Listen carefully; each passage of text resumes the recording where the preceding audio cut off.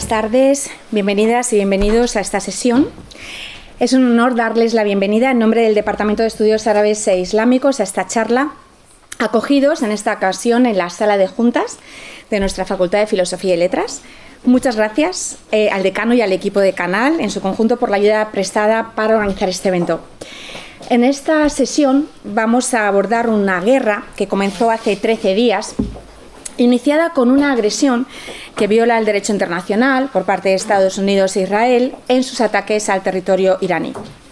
En el primer día de guerra, Estados Unidos, según ha desvelado una investigación militar en curso, atacó una escuela primaria de niñas en la ciudad iraní de Minab, que según los informes dejó entre 165 y 180 víctimas mortales.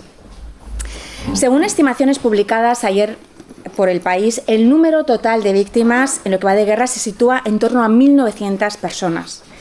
De ellas, aproximadamente 1.270 se habrían producido en Irán, unas 570 en el Líbano y 13 en Israel.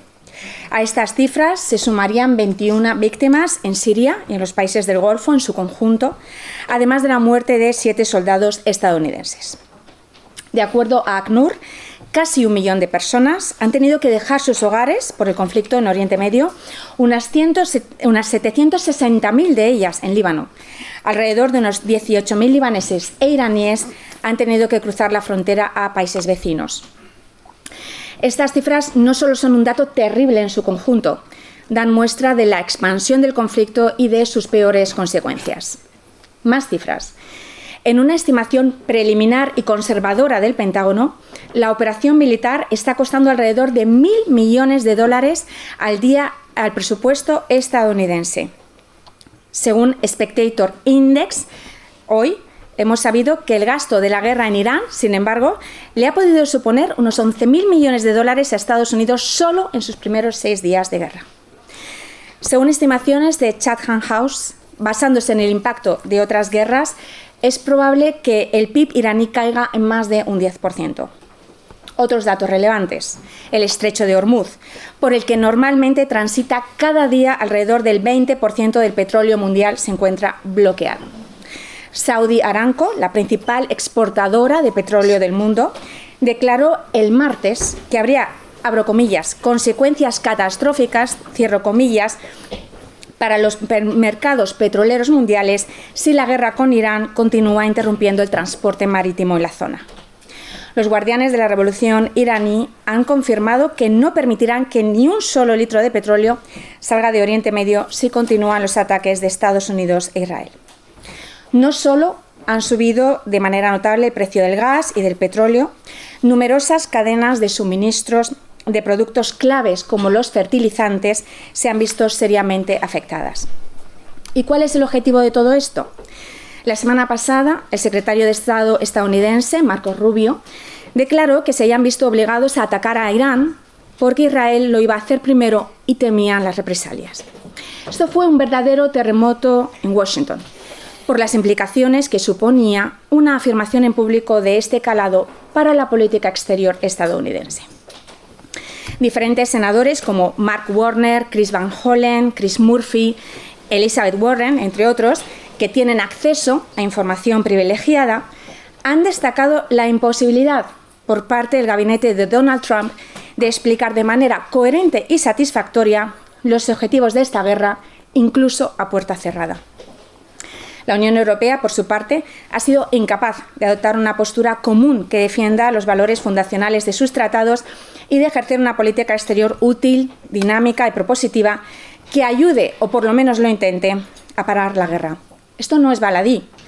No solo tenemos más guerras virulentas en Oriente Medio, sino que, como vimos en Gaza, estas se desarrollan en un contexto de agresivo desmantelamiento del derecho humanitario, que ha sido uno de los grandes logros del derecho internacional desde el primer convenio de Ginebra que se firma en 1864. Estas son solo algunas pinceladas para introducir en la mesa, una mesa en la que tendremos el placer de escuchar no datos, sino análisis de todo este conflicto desde muy diferentes enfoques. Tenemos para ello, en primer lugar, a la profesora Nadere Farsdamia, quien, al igual que nuestro segundo ponente, Iñaki Gutiérrez de Terán, forma parte del Departamento de Estudios Árabes e Islámicos y Estudios Orientales, la profesora Farzania, responsable de la docencia y la investigación en lengua y literatura persas, así como en la historia, la política y la sociedad de Irán.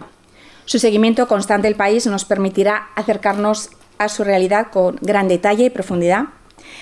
El profesor Iñaki Gutiérrez de Terán, que también ejerce, como la profesora Farzania, la labor de traductor, está especializado, por su parte, en los procesos de transición democrática en el mundo árabe e islámico, así como en las dinámicas geopolíticas de Oriente Medio en general y del Golfo en particular, lo cual nos permitirá ampliar la mirada a la región en su conjunto.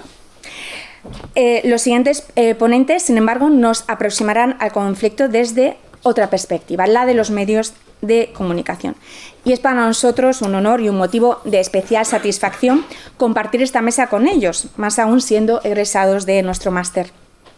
Sara Moshle, Premio de Periodismo Manuel Chávez Nogales, es periodista en Televisión Española y especializada en Oriente Medio. Y Miguel Flores, last but not least, ha trabajado durante el último año y medio como periodista freelance en Oriente Medio para la SER, El Confidencial, La Vanguardia y Mediaset, cubriendo acontecimientos tan relevantes como la caída de Al-Assad o la guerra en Gaza. Y sin más dilación, vamos a empezar a escuchar a nuestros ponentes y paso la palabra a la profesora Nadere Farzania. Nadere. Gracias. Buenas tardes a todos. Gracias. No soy representante de nadie, pero gracias por vuestra presencia aquí en nombre del pueblo iraní. Cualquier apoyo, evidentemente, va a ser importante. Estos días son días muy duros. Yo al principio me negaba precisamente por el descontrol emocional que me domina en participar en actos de este tipo. Y os doy de verdad las gracias de corazón, porque también me ha impactado la cantidad de personas que han acudido.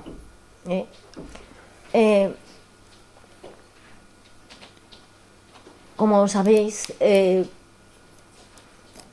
ataque de Estados Unidos a Israel, además de violar todos los derechos internacionales, está siendo un ataque fundamentalmente a civiles iraníes.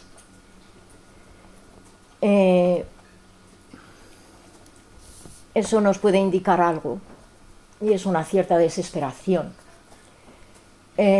Porque me consta, porque lamentablemente en nuestro departamento estudiamos una zona muy conflictiva, siempre con víctimas civiles, y eso a veces nos lleva a un estado emocional delicado. Venimos viviendo el genocidio en Gaza. Yo personalmente, a mí personalmente me afectó esas tácticas de aniquilación, y estoy viendo que ante la desesperación se empezaron desde el primer día a llevar a cabo en mi país. Pero confío en la fuerza de mi pueblo, que lo está demostrando día tras día, y cada bomba que cae les une más y les da más fuerza para seguir adelante.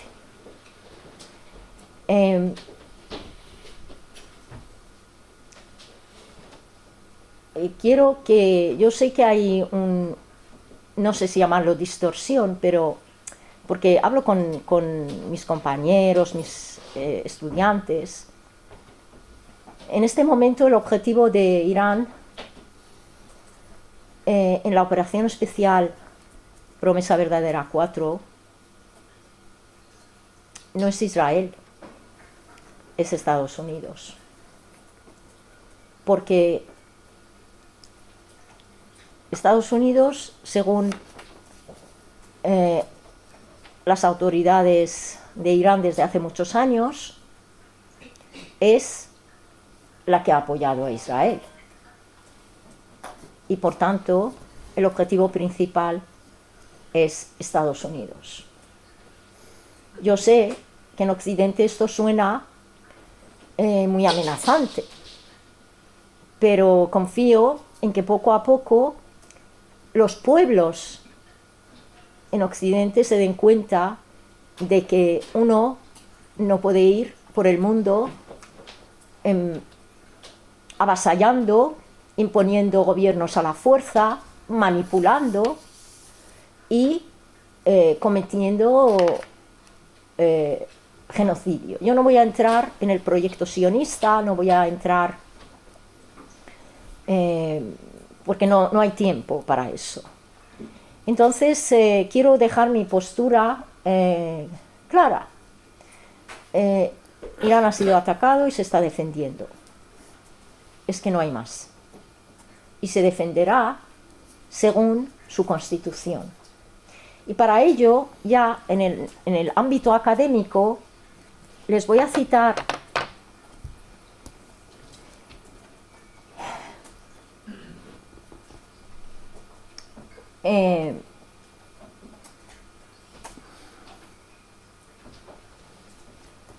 cómo se recoge la política exterior de Irán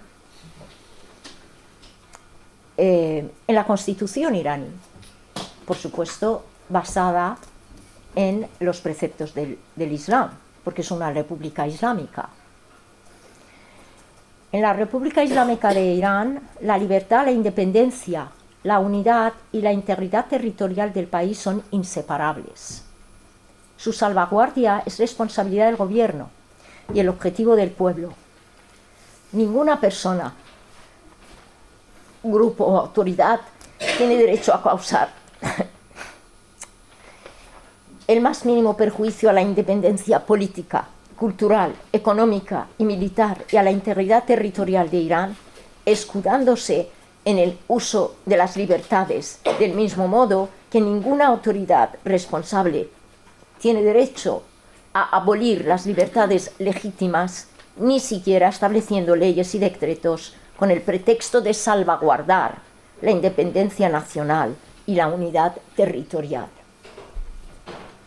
En este momento, Irán está dando prioridad, por tanto, a su soberanía como país, como nación, y está defendiendo su territorio, su integridad territorial, según su constitución. Reformar esta constitución, porque nos parezca mal o bien, es asunto de los iraníes, del pueblo iraní. Las libertades que se consigan son asuntos únicamente del pueblo iraní. Ninguna intervención sabemos que lleva a la libertad y la democracia. Eso Estados Unidos nos lo ha demostrado. El que no lo haya querido ver, lamento decirlo, pero es su problema. A lo mejor tendría que leer más o investigar más.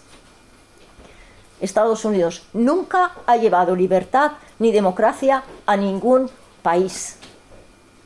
Y este no va a ser una excepción. Es más, creo que en este punto en el que estamos, con los bombardeos constantes de edificios civiles, de los centros de Media Luna Roja, porque un dato que me parece terrible es que 30% de las víctimas son niños y niñas. Es una fijación. A mí me preguntan, ¿pero por qué les gusta matar tantos niños? Digo, porque la cuestión es la aniquilación. Fundamentalmente tienen que aniquilar a las niñas para que no haya más iraníes, para que no haya más palestinos. Y eso lo cumplen donde van. Y por tanto no hay que extrañarse. Al menos yo creo que los que nos dedicamos a esto no nos extrañamos.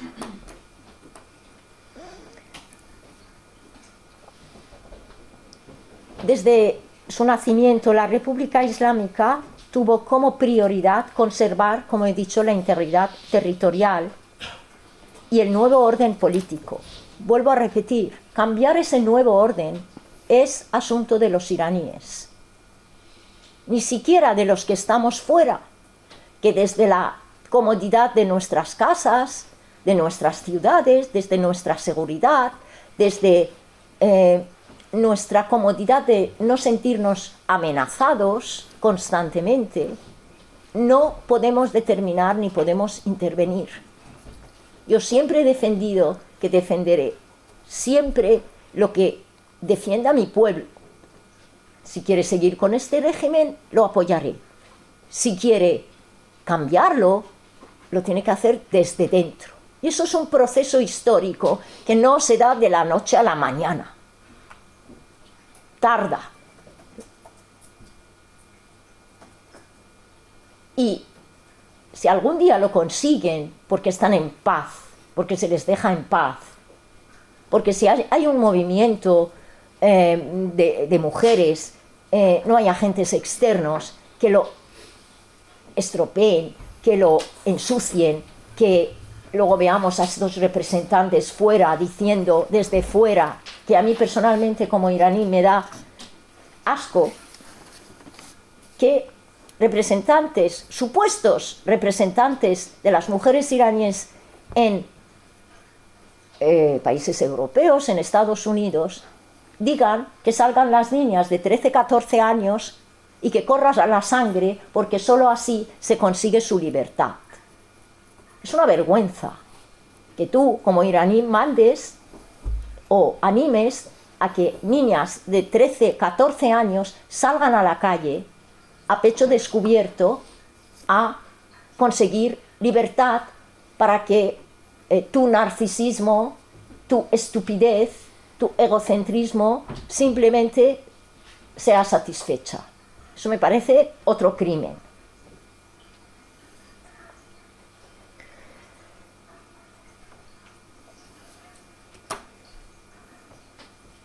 La independencia y la política antiamericana, desde el establecimiento de la República Islámica, se convierten en las bases de su política exterior, tal como se desprende del artículo 152 de la Constitución iraní, que dice: la política exterior de la República Islámica de Irán se basa en la negación de toda dominación o sometimiento de ésta, la salvaguardia de la independencia en todos sus aspectos, la integridad territorial del país, la defensa de los derechos de todos los musulmanes y la no alineación con las potencias dominantes, así como en las relaciones pacíficas recíprocas con los estados no beligerantes.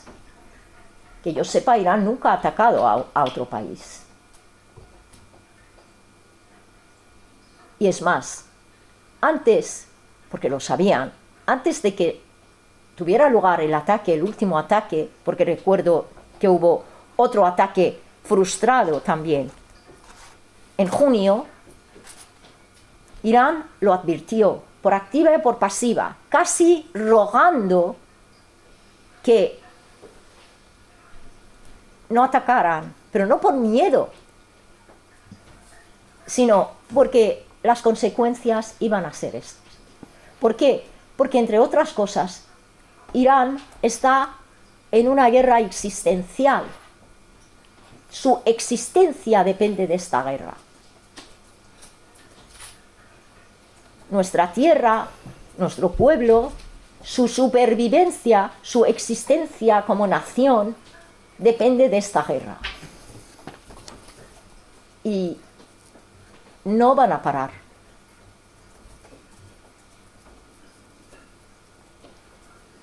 Y yo soy académica y quería contaros un poco, si tengo tiempo, Carmen, querida Carmen, que es un poco la que me apacigua en estos momentos de disparo, ¿no?, emocional.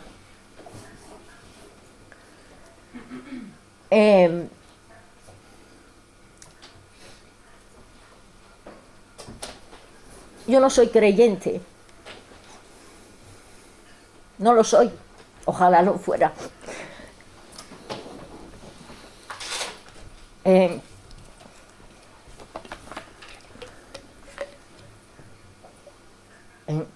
perdonadme, pero se me ha educado en el respeto.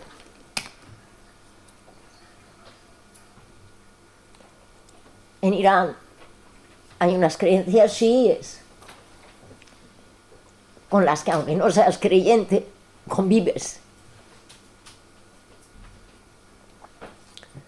Yo he crecido en una familia en la que he tenido un padre comunista que estuvo en la cárcel y he tenido a mi abuela rezando, haciendo ayuno. Mis alumnos se ríen cuando cuento esta anécdota. Y algunas veces, como todas las abuelas, me decía, hija, ¿por qué no rezas? Y yo decía, abuela, no tengo tiempo, tengo que estudiar, tengo deberes. Tú déjame que yo ya hablaré con Dios. Y con eso se quedaba satisfecha. Respetábamos en casa, en muchas familias, el Ramadán. Respetábamos la Ashura. Respetábamos todas las celebraciones. Y no son incompatibles con nuestra iranidad. Somos iraníes. Tenemos una cultura milenaria, una historia milenaria. Pero eso no es incompatible, no hay que negar uno su propia historia. Irán es un país chií. Y la Shia es un pensamiento de resistencia, es de disidencia y de resistencia. Y por eso vemos que aunque los jóvenes hayan participado en las manifestaciones anteriores a la guerra, que a mí a veces me dan pena porque tienen un sentimiento de culpa incluso, o diciendo, ¿en qué estaba yo pensando? Apoyan al régimen. Porque es solo este régimen en este momento y su guardia revolucionaria y nuestro ejército el que los va a defender. Por tanto, es una cuestión de sentido común. Plantearse siempre la alternativa. ¿Cuál es la alternativa? ¿La ocupación? Y esto dudo mucho, muy equivocada tengo que estar para pensar que esto va a ocurrir. Porque el pueblo iraní ya pasó una guerra desde 1980 a 1988. Una guerra durísima, en las que murieron muchos jóvenes. Todos, absolutamente todos los iraníes, tenemos a gente que pereció en aquella contienda, amigos, primos, vecinos, hijos de vecinos. Y yo sé que es un pueblo muy duro, es un pueblo muy curtido. Y creo que está determinado. Y en esa guerra existencial, por supuesto, que los iraníes de bien, no los que se han vendido, les apoyamos.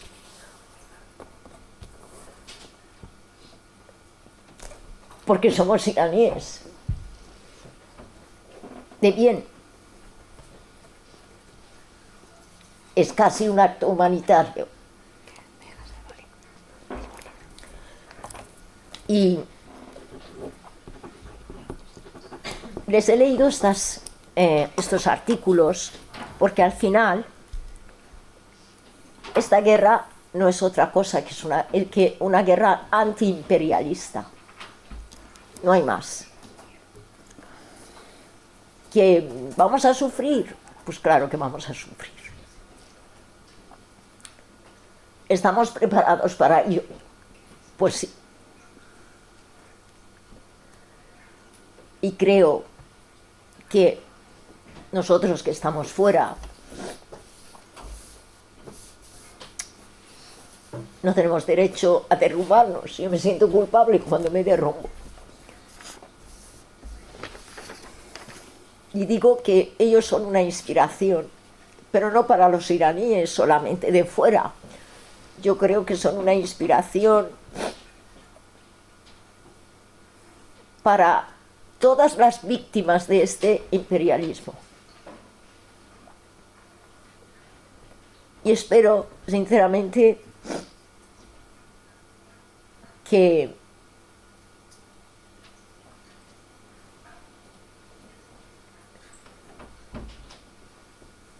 como decía el líder Jamenei, inspirado en Imam Ali, padre de Hussein, del Imam Hussein, en cuyo nombre el líder supremo se ha martirizado, porque él sí creía en estas cosas, y yo lo respeto. Paciencia y victoria. Por tanto, tenemos que ser pacientes y tener fuerza para alcanzar la victoria. Muchas gracias por estar aquí y por haberme escuchado.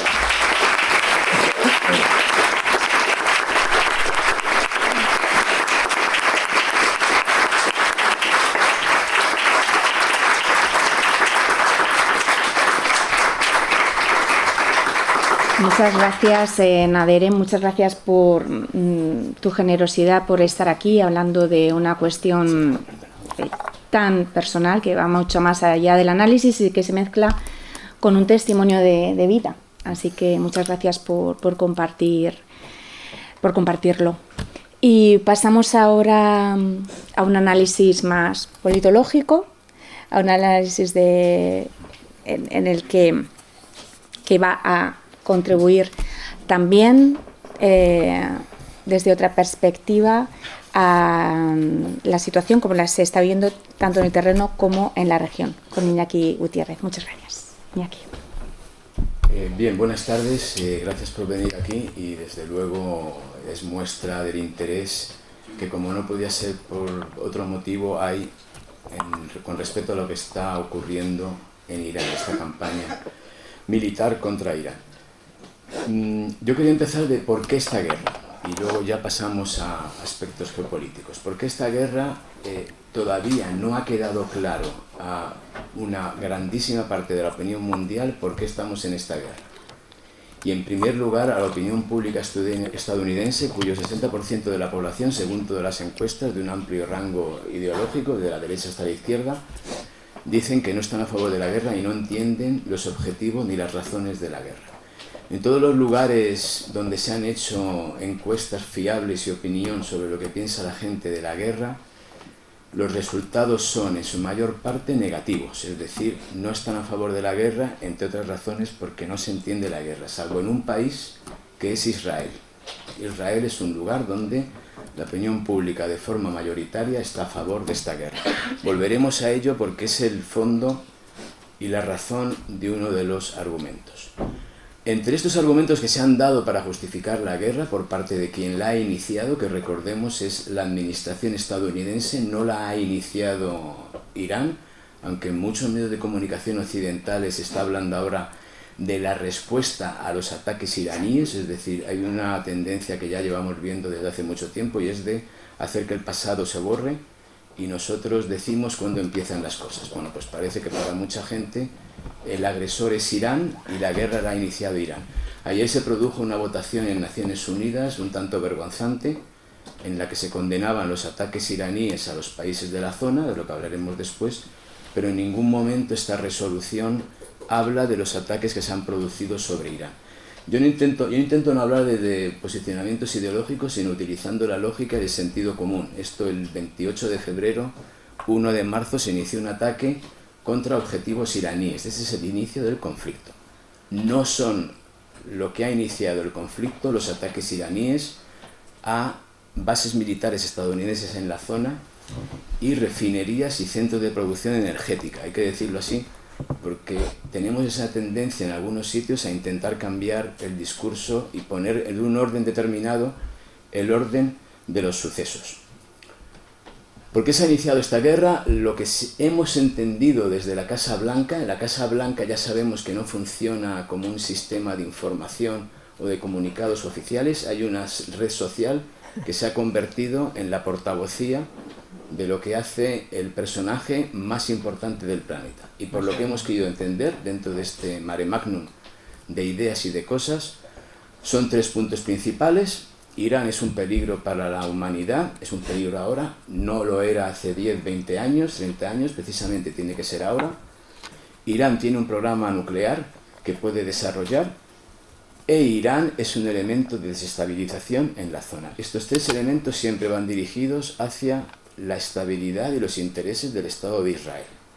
No lo digo yo, lo dice buena parte del estamento político, incluido el Partido Republicano y sectores que hasta ahora eran muy cercanos a la administración estadounidense, su presidente, que están diciendo, oiga, pero ustedes hablaban primero de no intervenir en conflictos externos y segundo de hacer América otra vez grande. En primer lugar, llevamos 1 año y pico de presidencia y nos ha metido usted en más conflictos militares que las anteriores administraciones y además está convertido el lema MAGA en lema MIGA, Make Israel Great Again. Es decir, ha cambiado de esa tendencia. Luego ya no estamos hablando de que todas estas críticas provengan de ese sector de antiimperialistas furibundos, contradictorios, que apoyan dictaduras en el mundo y que piensan que todo vale con tal de contrarrestar a Estados Unidos.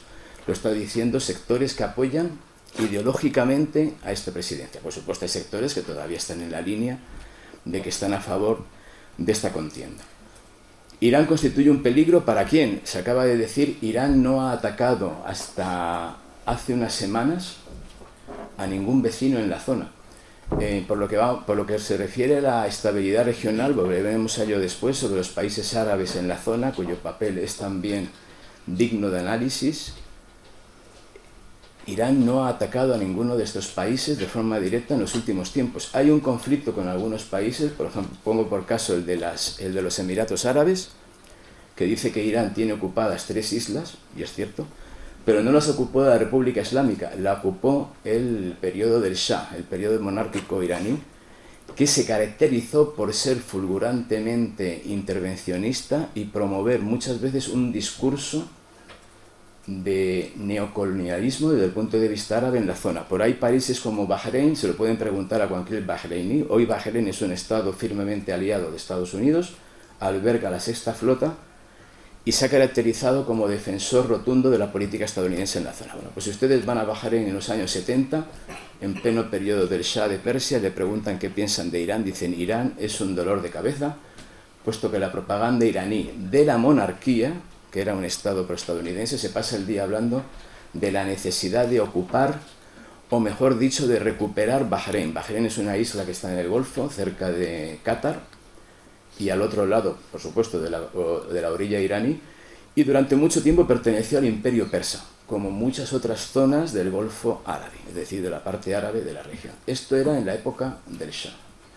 Luego, primer argumento, ¿Irán es un peligro para la humanidad, para la zona? No lo hemos visto. Otro argumento, el programa nuclear iraní. Uno se pregunta, si el programa nuclear iraní es tan problemático y ha dado tanto dolor de cabeza, ¿por qué en 2015 se llegó a un acuerdo para solucionar temporalmente el programa nuclear iraní y asegurar que hubiesen inspecciones periódicas de las centrales nucleares iraní, que luego, en junio del año pasado, también, como se ha dicho aquí, sufrieron una serie de bombardeos? Hoy mismo se ha informado de un bombardeo también en una central nuclear o algo parecido cerca de Teherán. ¿Por qué una administración estadounidense en 2016 o 2015, perdón, sí puede firmar un acuerdo nuclear que establece el reconocimiento y la inspección periódica de estos centros, y en 2018 otra administración llega, suprime este acuerdo, y llegamos hoy en día, en 2025 y 2026, que se habla determinantemente de que esto es un peligro para toda la humanidad? Cuando hay países con bomba atómica en la zona, sin ir más lejos, Pakistán, que es vecino de Irán, y una vez más la reivindicación de la bomba nuclear, o mejor dicho, en términos generales, de una energía nuclear propia para Irán, no nace una vez más con la República Islámica. Era una petición del Shah de Persia. Y el Shah de Persia, como pueden saber aquí, crea una serie de problemas enormes con la administración estadounidense de aquel tiempo porque insiste, queremos tener un desarrollo propio de energía atómica. Y esto crea una fricción constante con los Estados Unidos, que se encuentran con que tienen un convenio o un acuerdo de defensa en la zona con varios países, y uno de ellos, que es Irán, está exigiendo una bomba atómica. Otra de las razones que hemos oído hablar, y de las que hemos oído hablar, y se estaba diciendo hoy, otra vez en el órgano oficial de comunicación de la Casa Blanca, que es Truth Social Media, no sé cómo lo llaman, no tengo yo esa plataforma, ha venido a decir el presidente que, bueno, lo del petróleo tampoco está mal, no está mal como razón, porque si sube el petróleo, Estados Unidos se favorece.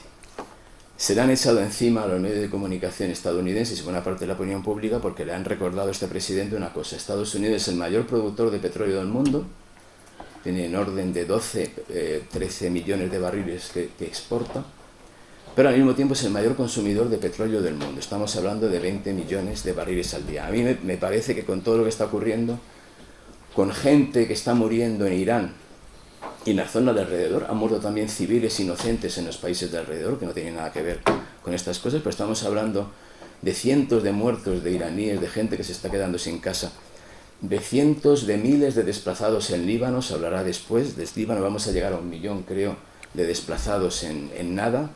Una situación humanitaria insostenible, cerca ya de también 1000 víctimas en Beirut y en las barriadas del sur y en otras zonas del sur del país, de una forma brutal. Pero hay que hablar de eso porque, por desgracia, a una parte de la opinión pública internacional, la cuestión del bolsillo que viene por el petróleo tiene interés. Bueno, pues él le ha dicho eso y le han tenido que recordar: oiga, usted sigue todavía importando entre 4, 5, 6, 7 millones de barriles de petróleo.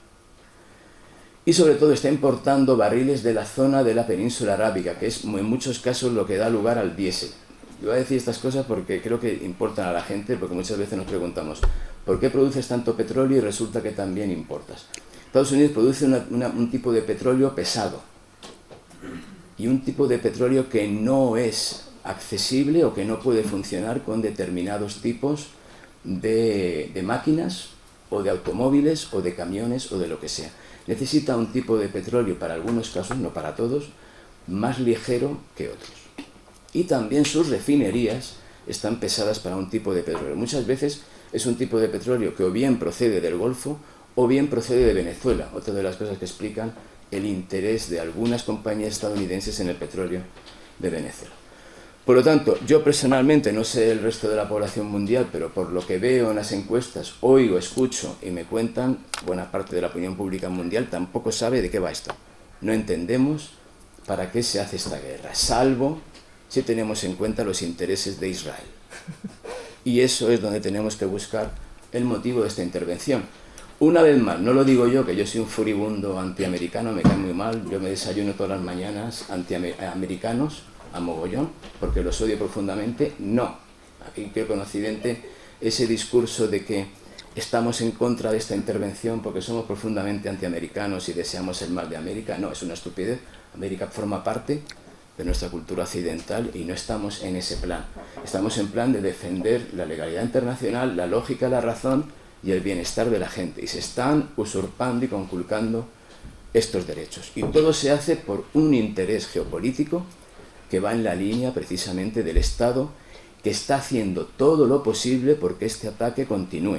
Tenemos la impresión de que en Estados Unidos podría haber alguna tendencia de terminar ya mismo con esta agresión, pero no se hace porque Israel quiere conseguir un objetivo principal, que es eliminar cualquier atisbo de rivalidad o de que alguien pueda poner frente o hacer frente a los planes israelíes en la zona, que es un plan estratégicamente de dominio y de control de la zona. Y para eso necesitamos, primero, una Palestina con cuantos menos palestinos mejor para seguir el proyecto de colonización. Segundo, acrecentar la dependencia de los países árabes, sobre todo del Golfo, de la política exterior de Estados Unidos. Y tercero, eliminar la ascendencia de cualquier Estado con capacidad de constituir una amenaza para Israel. Lo hicieron primero con Irak y ahora lo están haciendo con Irán. Incluso hay un matiz con respecto a Estados Unidos. Estados Unidos no quiere acabar, mejor dicho, con el Estado de Irán. Es decir, quiere acabar con el sistema actual que hay en Irán y poner otro más, vamos a decirlo, complaciente con sus deseos. Israel quiere acabar con la nación de Irán, que es una cosa muy distinta. Irán quiere acabar con cualquier proyecto nacional de un Irán estable, fuerte, que pueda constituir, como he dicho antes, una alternativa. Le da igual en el fondo que sea una república islámica, que sea un sistema monárquico, que sea un sistema de otro tipo. Esto lo ha intentado hacer siempre a través de una serie de estrategias militares en la zona, lo ha hecho con los estados vecinos, y para Israel el escenario ideal es que Irán sea un nuevo Líbano, un país con una autoridad mermada, con una capacidad militar muy deteriorada, de tal manera que los israelíes puedan atacar territorio iraní en cualquier momento alegando motivos de seguridad. Y en lo que hace al expediente nuclear, por supuesto, ningún tipo de energía nuclear, ni siquiera para fines pacíficos, para asegurar esta supremacía. Está dentro de lo que algunos llaman la estrategia Begin, que empezó en los años 80, se tradujo primero con la destrucción de una central nuclear en Irak, que había sido construida por los franceses, luego del plan que dicen que era secreto de los iraníes para un plan, de los sirios, para un plan nuclear, y lo están haciendo ahora en Irán. Yo voy a ir acabando ya. La pregunta es, bueno, ¿y los países árabes de la zona qué ganan con todo esto? Sabemos que los países del Golfo, que son en primer lugar 6 monarquías, algunas de ellas de gran importancia en el planeta, Arabia Saudí sin ir más lejos, no es el primer productor de petróleo, pero sí es quizás el país que más petróleo exporta, porque consume menos que otros países productores, como puede ser Estados Unidos o Rusia en determinados niveles, pero siguiendo por Qatar, uno de los mayores exportadores del mundo de gas, continuando por Emiratos Árabes Unidos, que también produce una buena cantidad de petróleo, Bahrein, Kuwait, etc. ¿Qué es lo que consiguen? Pues tampoco vemos que vayan a conseguir nada. Irán, si se transforma la idea israelí en realidad, se va a convertir en algo mucho peor que Irak en 2003. Vamos a tener en Irán un caos inimaginable desde el punto de vista político.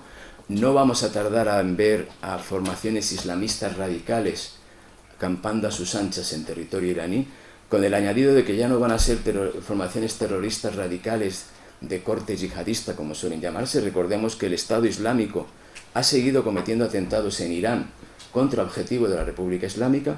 Vamos a tener también grupos radicales islamistas de corte chií. Vamos a tener conflictos tribales y regionales en todo el país, en la zona de Kurdistán, en la zona de Beluchistán, en la zona árabe, en la zona donde están los azeríes. Vamos a tener tensiones con las fronteras de los países vecinos, con Pakistán, con Afganistán, con Irak, y vamos a tener una situación de desestabilización profunda y total en la zona. ¿Cuál es la pregunta? ¿Por qué los estados árabes que ya sufrieron esto en 2003 tras la ocupación de Irak están dispuestos a que se repita? Pues es otra de las preguntas para las que habría que dedicar una nueva conferencia. Es decir, ¿por qué se está produciendo todo esto y a dónde nos dirige en la región? Todo esto es una inconsciencia, una insensatez desde el punto de vista de la estabilidad de la zona, desde el punto de vista de la permeabilidad y de la capacidad de crear un sistema económico global fuerte y duradero. Es también un revés enorme para los planes de, por ejemplo, el rey de Arabia Saudí, que quería crear un nuevo Oriente Medio con una nueva perspectiva económica. Todo esto se ha ido abajo, ¿por qué? Para satisfacer los deseos de un grupo, de una inteligencia, de una corriente socioeconómica dentro de Estados Unidos que ha apostado claramente por la defensa de los intereses y de la perspectiva israelí.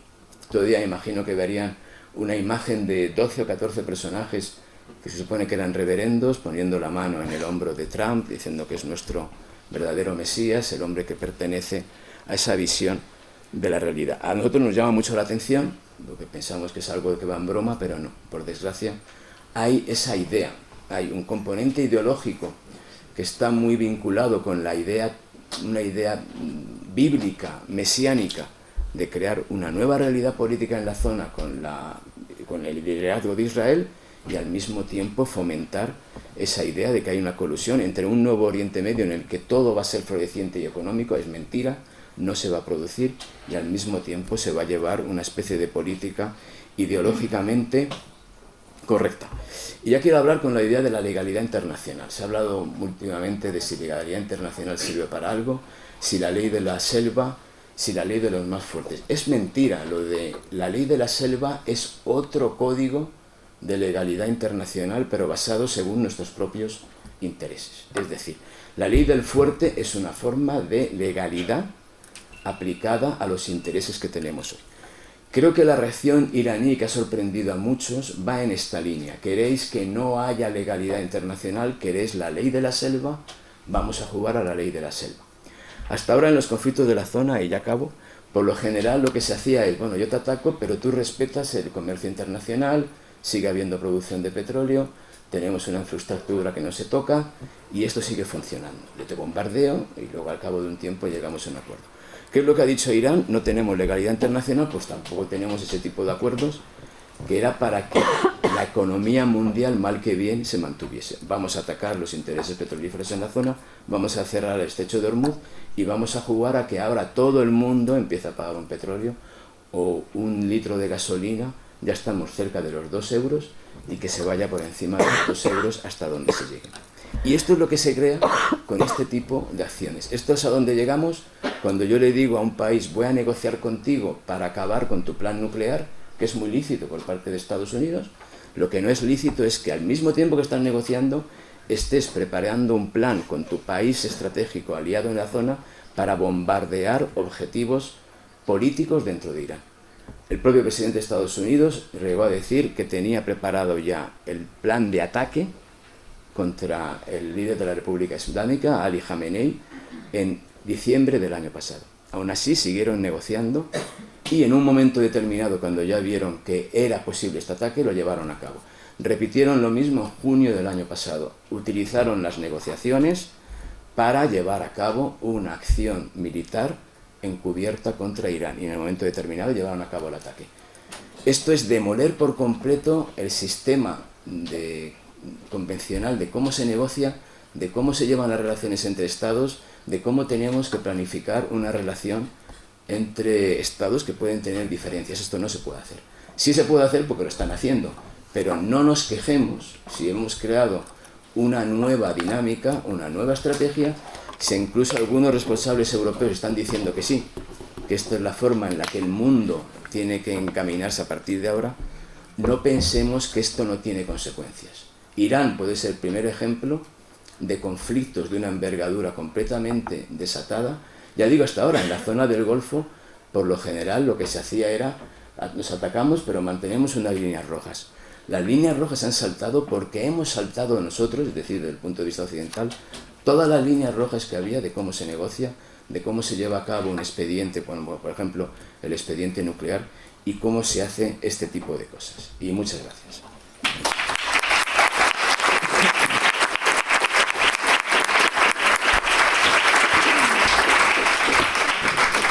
Muchas gracias, Iñaki. Ahora vamos a escuchar a Sara Musle.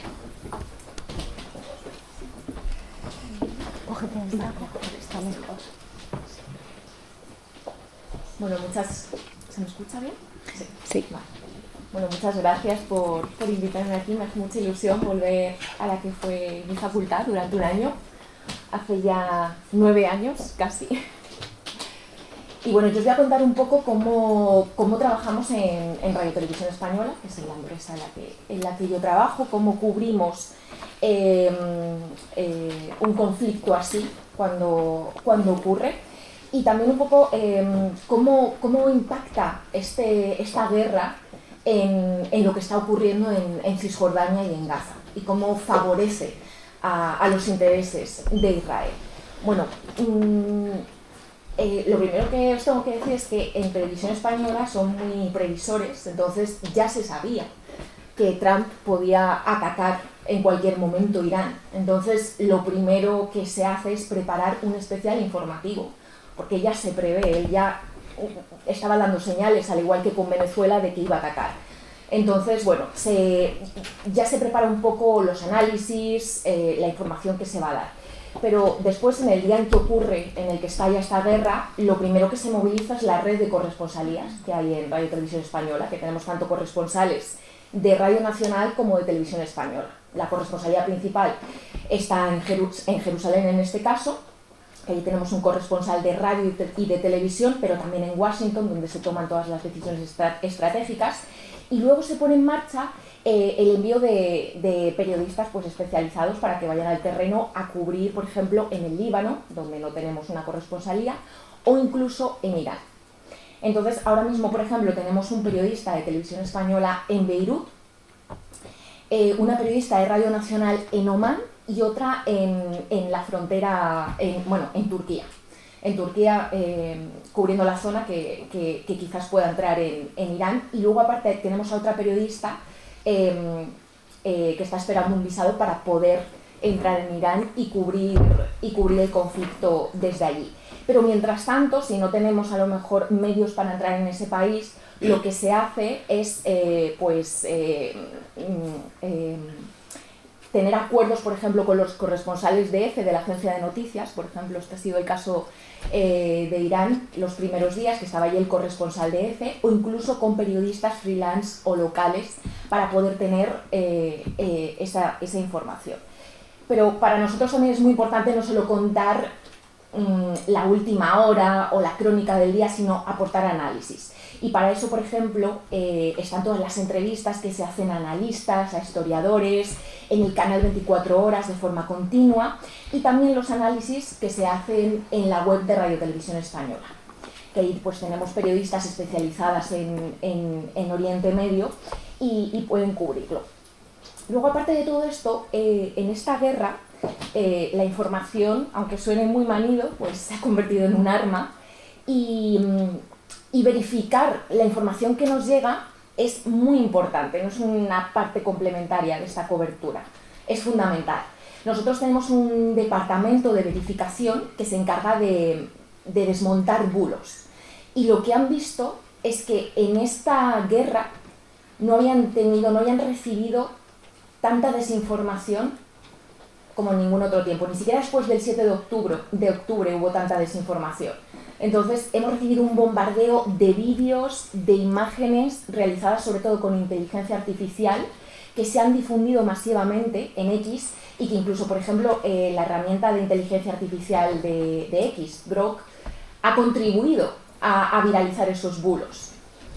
Entonces, pues la labor de ese departamento es muy importante, porque nosotros además, ese departamento también verifica nuestra información antes de que la emitamos, porque ahora mismo es muy fácil cometer un error, es cada vez más difícil poder desmentir los bulos, porque parecen cada vez más reales, y esto no se había visto nunca. Y luego, a la hora de informar en terreno, tenemos a nuestro corresponsal en Jerusalén, que el primer día que estalló la guerra recibió un mensaje del Departamento Israelí de Censura, bueno, al igual que todos los corresponsales y todos los enviados internacionales allí, diciéndoles lo que podían grabar y lo que no.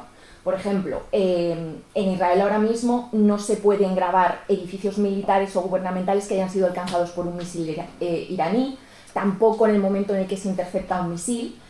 Pero bueno, aún así, por lo menos, los periodistas pueden moverse solos. Pero es que en Irán, por ejemplo, tienen que ir acompañados por un fixer local aprobado por el régimen iraní. Si no, no se pueden desplazar. Y también tienen restringidas las zonas en las que se pueden mover.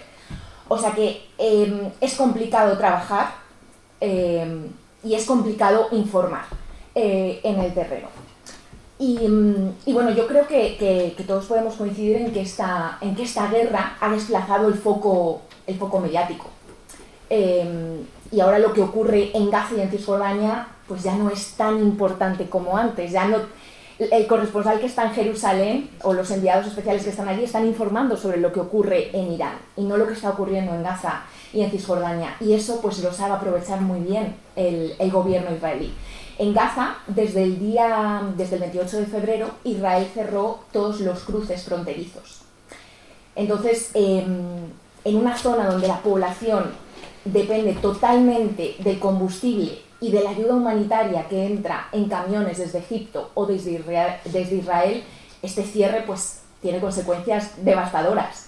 Y de hecho muchos palestinos allí están muy preocupados y temen que vuelva a producirse otra hambruna. Luego están todos los miles de gazatíes que estaban esperando ser evacuados para poder recibir tratamiento médico. Se han quedado en el Líbano, en el limbo. La OMS ha advertido de que los suministros médicos están críticamente bajos y que los hospitales pues dentro de poco no van a poder seguir funcionando, ¿no? Y todo esto en un lugar que ha sufrido un genocidio y que está completamente destrozado y donde Israel sigue perpetrando ataques. Y yo creo que este es uno de los objetivos de Israel, porque también esta guerra ha hecho que las negociaciones en torno al alto el fuego, en torno al futuro político de la franja, pues se hayan estancado, se han parado. Entonces Israel busca esa inestabilidad en Gaza porque según el acuerdo de alto el fuego se debería retirar de allí, cosa que no ha hecho. Entonces, cuanto más mantenga esa situación, así pues va a ser más fácil establecer hechos sobre el terreno. Y luego en Cisjordania, bueno, yo estuve allí hace 2 años, 1 año y medio, con la televisión, estuvimos grabando un documental sobre el aumento de la violencia de los colonos en Palestina, en concreto en Cisjordania. Porque vimos que a partir del 7 de octubre se había desatado. Los ataques habían aumentado un montón, pero es que ahora, con la guerra de Irán, o sea, justo el mismo día que estalló la guerra, muchos colonos aprovecharon para atacar a aldeas palestinas. ¿Por qué? Bueno, lo primero porque Israel tiene control absoluto sobre las fronteras de las ciudades y de los pueblos palestinos, los puede cerrar con portones metálicos, con checkpoints, y de hecho es lo que ha hecho. Ha cerrado todas las localidades palestinas y las abre pues algunas horas para que la gente vaya a trabajar. ¿Qué ocurre? Pues que aldeas, por ejemplo, que están muy aisladas, se han quedado totalmente aisladas con esos cierres. Entonces los colonos lo saben y aprovechan para atacar a los palestinos. Muchos de ellos llegan incluso vestidos con ropa militar y apoyados por el ejército. De hecho, desde el 28 de febrero habían asesinado a 6 palestinos. Entonces, bueno, pues las circunstancias y la vida de las personas allí pues se vuelve más complicado. A esto hay que añadir que en Cisjordania no hay refugios. Entonces todos los escombros de misiles que se interceptan caen y pueden dar a cualquiera. Quiero decir, allí también la gente está expuesta. Entonces es normal, yo creo, que a Israel pues, le interese mucho continuar esta guerra, no solo por Irán, sino porque también le benefician sus intereses en Cisjordania y Gaza, que es hacer la vida cada vez más complicada a los palestinos para que de algún modo pues abandonen esa zona y puedan bueno, anexarse, aunque yo creo que ya se la han anexado de facto, pero bueno, que puedan hacerse con el control total de estos lugares. Y yo creo que ahí está el reto también de los periodistas, ¿no? Contar lo nuevo, pero no olvidar ni dejar de contar lo que ya estaba ocurriendo en Cisjordania y en Gaza. Y creo que esto es muy complicado porque normalmente en el periodismo nos movemos por momentos, ¿no? Por cosas impactantes. Pero luego cuando un conflicto se estanca, cuando ocurre durante mucho tiempo, como que empieza a decaer el interés mediático y eso también hace que se ejerza menos presión diplomática sobre Israel. Y yo creo que ahí está la labor de los periodistas, porque es importante en este caso, porque creo que de algún modo se moviliza a la población civil para que también ejerza presión sobre sus gobiernos y que esa presión pues, pueda llegar de algún modo al gobierno israelí y al estadounidense y que puedan mejorar la situación de los palestinos. Y creo que ha sido breve, corta, he ido al grano. Y no tengo más que comentar así en general.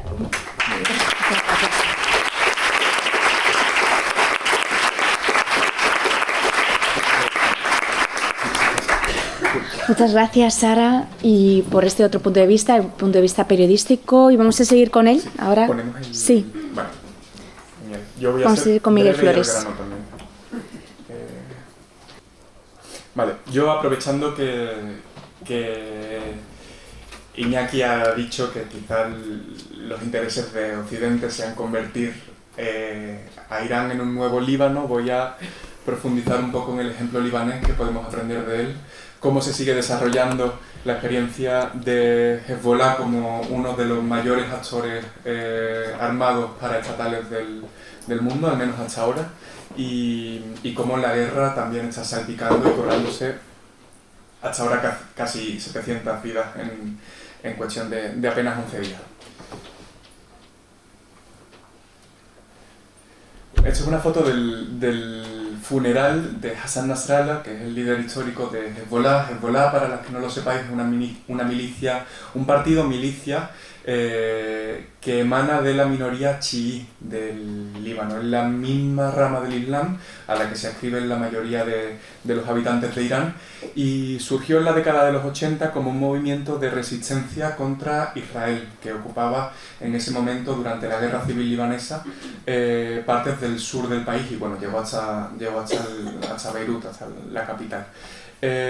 Hassan Nasrallah lideró Hezbollah desde 2 años después de su creación hasta 2024, el 27 de septiembre de 2024, cuando una ondanada de 14 bombas lo mataron en su escondite en el sur de Beirut. Este funeral, que se celebró el año pasado, congregó no solo a libaneses de la minoría chií, sino también a personas de otras comunidades religiosas. Hay una tradición entre los cristianos, entre una minoría de los cristianos y entre los comunistas del Líbano de mucha solidaridad con Hezbollah, porque se entiende como el único movimiento de resistencia, la única alternativa a la hegemonía israelo-americana en el país.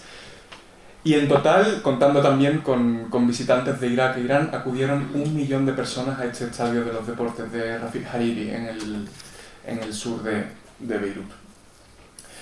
En los últimos días hemos leído en muchos medios que Hezbollah ha arrastrado al Líbano a otra guerra. Es cierto que el 2 de marzo Hezbollah decidió atacar con apenas 3 cohetes el norte de Israel, y desde entonces los medios nos cuentan que Hezbollah ha arrastrado al Líbano a otra guerra, a pesar de la voluntad de los libaneses de escaparse de esta guerra, que parece que no deja un eslabón suelto en la región. Es cierto que Hezbollah, atacando Israel, se granjeó una respuesta contundente que hasta hoy han dejado casi 700 muertos en todo el Líbano, no solo en el sur, sino también en Beirut y en el valle oriental de la Bekaa. Pero lo cierto es que la guerra nunca había terminado en el Líbano. Entre septiembre y noviembre de 2024 se intensificó una campaña militar israelí que ya había empezado inmediatamente después del 7 de octubre de 2023, con los famosos ataques de Hamas a Israel, y que dejó más de 4.000 muertos en todo el país de los Cedros. Esa guerra se terminó con un acuerdo de alto el fuego firmado entre Hezbollah y Estados Unidos con intermediación entre Hezbollah e Israel con intermediación de los Estados Unidos. Un acuerdo de alto el fuego que se firmó el 26 de noviembre de 2024. El alto el fuego estipulaba que Israel se retiraría progresivamente del sur del Líbano, donde ocupaba, no recuerdo ahora cuántos kilómetros cuadrados son, pero el sur del río Litani, que discurre a unos 30 kilómetros al norte de la frontera, y a cambio Hezbollah se retrasaría al norte de este mismo río. Sin embargo, Israel nunca cesó sus ataques, y después de noviembre de 2024 la ONU ha registrado más de 10.000 violaciones por parte del ejército israelí, un ataque cada 4 horas según un grupo de monitoreo estadounidense, 331 muertos, guerra psicológica con ataques de drones o drones sobrevolando bajo en todo el país, con cazas sobrevolando un sábado por la tarde la capital de Beirut. Incluso hicieron una práctica común de esta guerra psicológica que Israel ha mantenido hasta la actualidad, es romper la barrera de sonido, haciendo parecer que estaban habiendo ataques están cayendo misiles cuando en realidad pues es una operación para aterrorizar a la población. A eso se suma la destrucción deliberada no solo de cultivos y la quema de cultivos, sino de maquinaria para la reconstrucción. Al menos 37 pueblos fueron completamente allanados durante la guerra en el Líbano de 2024 y muchas de las familias del sur que se dedican tradicionalmente a la agricultura, sobre todo al cultivo de la aceituna, fueron totalmente destruidos. Esta es una foto, creo que del pueblo de Mseile, que está al lado de Sidón, una ciudad en la costa. Este fue el resultado de la quema de más de 300 máquinas, 300 excavadoras para reconstruir distintos puntos del sur del país. Esta es una foto del río Litani, cómo discurre eso aproximadamente unos 30 kilómetros al norte de la frontera, y cuál era el plan inicial del acuerdo de alto el fuego. Que Hezbollah se retrasara al norte del río, que las fuerzas de defensa israelíes se retiraran militarmente y que el ejército libanés pasara a controlar el sur del país. Eso, sin embargo, no pasó. Israel mantuvo los 5 puntitos que se ven en el mapa, son 5 posiciones militares en 5 altos de 5 colinas que Israel mantuvo y mantiene hasta la actualidad, a pesar de la firma del alto el fuego. Bien, desde el alto el fuego, si bien la retirada israelí no se completó, en Líbano sí que ha habido bastantes desarrollos que han dejado a Hezbollah en una posición desfavorable. Este es un pantallazo que le hice a la cuenta de la Universidad Americana de Beirut, después del nombramiento de Joseph Aoun, que es el hombre de la derecha, como presidente del Líbano. Es un antiguo comandante del ejército libanés. Y Nawaf Salam, a la izquierda, que fue juez en la Corte Internacional de Justicia y antiguo embajador libanés. En enero de 2025 se nombró este nuevo gobierno. En febrero fue el funeral de Hassan Nasrallah, y los 2 intentos de cambio llegaron en julio de 2025, cuando Estados Unidos básicamente obliga al nuevo gobierno libanés, al nuevo gabinete de ministros, a empezar un plan de fases para confiscar el armamento de Hezbollah, todo el armamento de Hezbollah.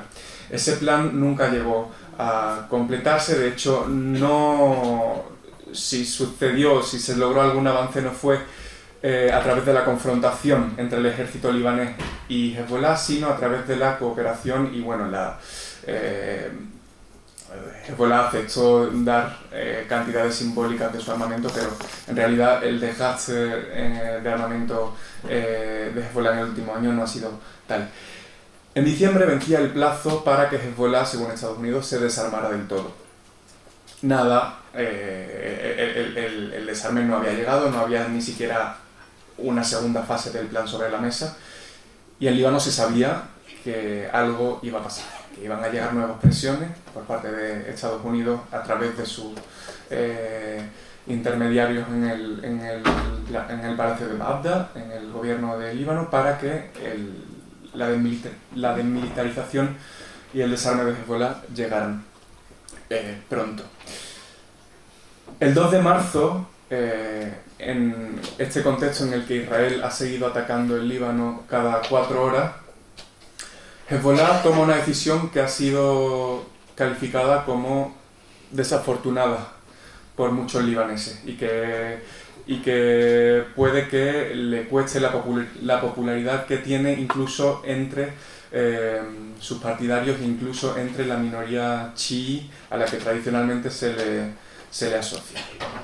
El 2 de marzo, Hezbollah había dicho que si Estados Unidos e Israel tocaban a Jamenei o intentaban cambiar el régimen a la fuerza en Irán, se sumarían a esta lucha antiimperialista, tal y como llaman ellos, Hezbollah, recordemos, es parte del eje de la resistencia de milicias alrededor de Oriente Medio. Están los hutíes en Yemen, están las falanges de Hezbollah en Irak, que se adscriben y son socias y aliadas de la República Islámica de Irán. Muere Jamenei, asesinan a Jamenei, y el 2 de marzo Hezbollah lanza un ataque muy tímido contra el norte de Israel. Apenas 3 cohetes contra Haifa y contra algunas regiones de Galilea, en el norte de Israel. En aquel momento no se sabía bien qué había pasado porque una sociedad que sigue recuperándose de una guerra que todavía no ha conseguido recuperarse ni reconstruir los daños de la guerra, no quiere entrar en un nuevo conflicto. Y la gente empieza a preguntarse quién ha sido. Hezbollah no reivindica inmediatamente la autoría del ataque. Algunos medios decían que eran milicias palestinas, otros que eran facciones díscolas y más agresivas dentro de Hezbollah. Ahí lo tengo. Y al día siguiente Hezbollah reivindica el ataque. Según informes tanto de dentro como de fuera del Líbano, este ataque y esta entrada en la guerra no fue unánime, sino que fue el resultado de un cisma entre el ala político y el ala política y el ala militar de Hezbollah. Hezbollah, además de milicia, es un partido con representación en el gobierno, en el parlamento libanés. Anoche, Irán, la agencia Tasnim, cercana a la Guardia Revolucionaria iraní, anuncia una operación conjunta con Irán y Hezbollah entra de lleno en la guerra. Se envían más de 200 misiles desde el sur del Líbano hacia Israel. En estos días, por cierto, también Hezbollah ha atacado la base británica de Akrotiri en Chipre, una base militar del Reino Unido. La respuesta de Israel. Desde el 2 de marzo Israel ha emitido órdenes masivas de evacuación, que son ilegales según el derecho internacional.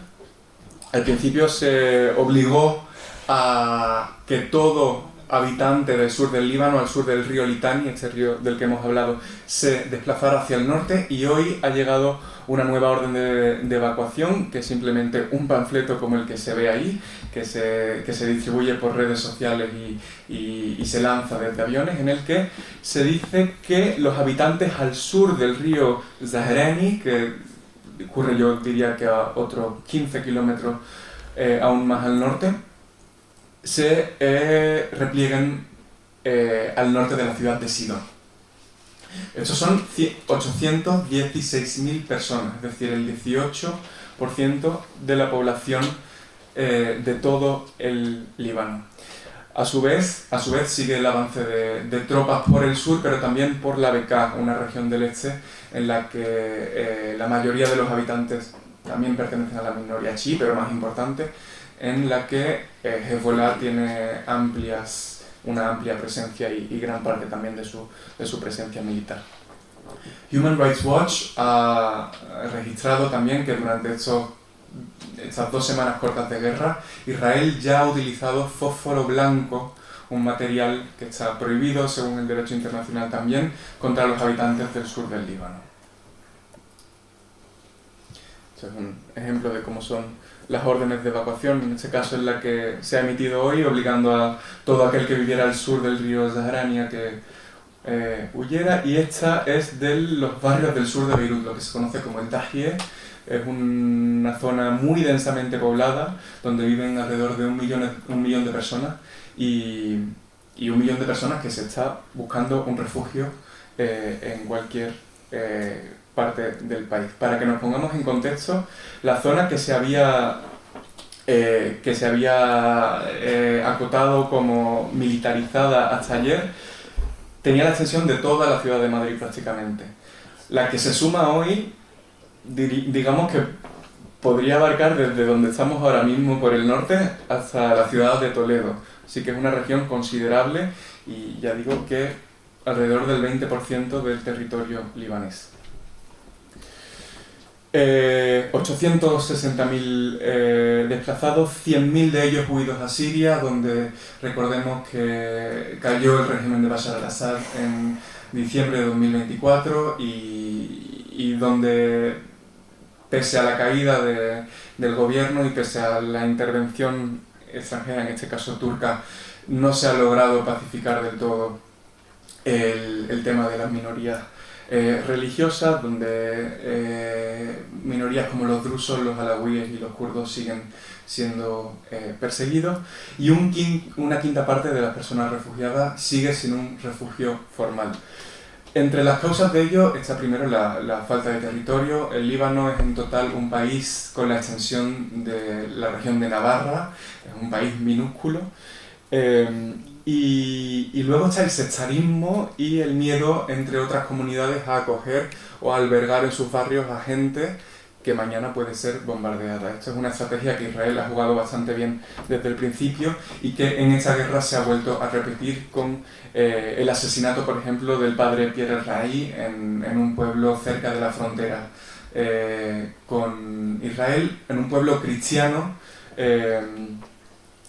Y eso es parte de una estrategia que, bueno, que se ha visto históricamente a manos de Israel. En un país tan convulso y con tantas particularidades y tan diverso religiosamente como el Líbano, el divide y vencerás es una estrategia más útil que en ningún otro sitio. Esta es una foto que, bueno, estas son dos fotografías que ha hecho mi compañera en Beirut, Marta Maroto, que ha publicado hoy un reportaje en la revista 5W. Esta señora es Warda, que tenía 68 años cuando estalló la primera guerra en septiembre de 2024, y Marta se la encontró en la Corniche, en el paseo marítimo de Beirut, un paseo precioso construido por los franceses, donde mucha gente, por ser uno de los pocos espacios públicos en Beirut, busca refugio en tiempos de guerra. Warda estaba en la Corniche en septiembre de 2024 y hoy, con 70 años, Warda ha vuelto a la Corniche buscando refugio porque se ha visto obligada a abandonar su casa en el Dahi, en el sur del país. Bueno, soy breve. El gobierno libanés ha respondido en la última semana a la nueva escalada entre Israel y Hezbollah, ilegalizando el ala militar de Hezbollah, algo que ha aplaudido el partido Amal, liderado por Nabil Berri, que es el presidente del Parlamento. Amal es un partido que emana también de la minoría chií, y esta disonancia, esta fricción entre Amal y Hezbollah puede significar que Hezbollah se está quedando sin apoyos políticos dentro del propio Líbano. Y el ejército libanés, que se estaba desplegando presuntamente en el sur, ¿qué hace? Bueno, pese a las presiones de Estados Unidos y pese a que Francia se ha ofrecido a regalarle 60 tanques, el ejército libanés, liderado por Rodolphe Haikal, por el momento dice que prefiere no hacer nada por miedo, primero a una deserción masiva de los componentes chiíes del ejército libanés, y segundo por miedo a un enfrentamiento directo entre las Fuerzas Armadas libanesas y Hezbollah. Joseph Aoun, que es el hombre que está aquí retratado, pidió hace unos días a la BBC, a la televisión pública británica, negociar directamente con Israel. Israel ha respondido ya y ha dicho que no es el momento, que tiene que derrotarse primero a Hezbollah y que luego habrá espacio para la negociación. Aquí sí que soy breve. Hezbollah tiene dos principales patas y dos principales canteras de seguidores. Por un lado adquiere una legitimidad religiosa al ser el partido principal que emana de la minoría chií del Líbano, una minoría a la que pertenece alrededor de un tercio de la población. Hay todo un relato mitológico con la batalla de Karbala, que es el relato fundacional de la rama chií del Islam, pero como he dicho, la ruptura o la posible ruptura con Amal pone en juego el monopolio de el ala de la resistencia, el ala pro-resistencia entre los chiíes del Líbano. Por otro lado están los que recuerdan cómo en 2000 Hezbollah cumplió su mayor hazaña, que fue expulsar de hecho a las tropas israelíes del sur del Líbano. En ese momento Hezbollah cobró una impresionante popularidad no solo entre los chiíes del Líbano, sino también entre partidos de la izquierda y entre otros espacios del espectro político que encomiaron la hazaña, la victoria, digamos, de Hezbollah sobre el ejército israelí. En Líbano, tengo que aclarar, existe una convicción muy extendida de que la naturaleza de Israel es expansionista, de que si no hay un enemigo o si no hay una resistencia, como se llama, a las puertas de Israel, Israel tratará de expandirse y de tomar cuantas tierras sea posible. Y esto es algo que hemos visto a lo largo de la historia. Yo personalmente en el sur del Líbano estuve en sitios que habían sido en los que había colonos judíos acampados, donde dejaron grafitis en hebreo, donde dijeron esta es la tierra bíblica de Israel, y este es un miedo que tienen particularmente muchos de los libaneses, sobre todo los del sur. Y luego están, por supuesto, los que sumándose a esta polarización entre el mundo intervencionista y el mundo antiimperialista, deciden solidarizarse con luchas que creen que Estados Unidos traerá la paz a Oriente Medio, no solo a Oriente Medio, sino a todo el mundo. Esta es una foto tomada en el barrio de Ashrafiyeh, que es un barrio, y no me gusta hablar en términos de comunidades religiosas, pero es un barrio que después de la guerra civil controlan las fuerzas libanesas y las falanges libanesas, que son partidos de la extrema derecha cristiana. Y aquí se ven muchas pintadas que dicen Free Lebanon from Iran, Woman Life Freedom, y cosas del estilo durante, por ejemplo, las protestas por el asesinato de Mahsa Amini en Irán. Este fue uno de los barrios en los que se entendió que la causa de los iraníes contra su régimen era también la causa de los libaneses contra Hezbollah. Y aquí apunto un par de conclusiones, pero bueno, de repente, sí, ¿me da tiempo? Pues sí, yo creo que sí. Bueno, muy rápido. Pues nada, el 7 de octubre, tras la caída del régimen de Bashar al-Assad, tras el asesinato de Hassan Nasrallah y tras el descabezamiento casi completo de Hezbollah, según fuentes israelíes, a Hezbollah solamente le quedan 1000 misiles de largo alcance. Parece que después del 7 de octubre aquel Hezbollah que consiguió expulsar a Israel del sur del Líbano ya no es, y el eje de la resistencia del que tanto presumían Irán y sus aliados parece obsoleto, parece extinto. No quedan tampoco claras cuáles son las reglas del juego después de la guerra de 2024. Israel esta vez amenaza directamente con atacar infraestructuras civiles, infraestructuras públicas. Parece que con la motivación de promover incluso más las tensiones interreligiosas y promover un posible conflicto civil entre los distintos componentes de la sociedad religiosa. Muchas gracias, Miguel.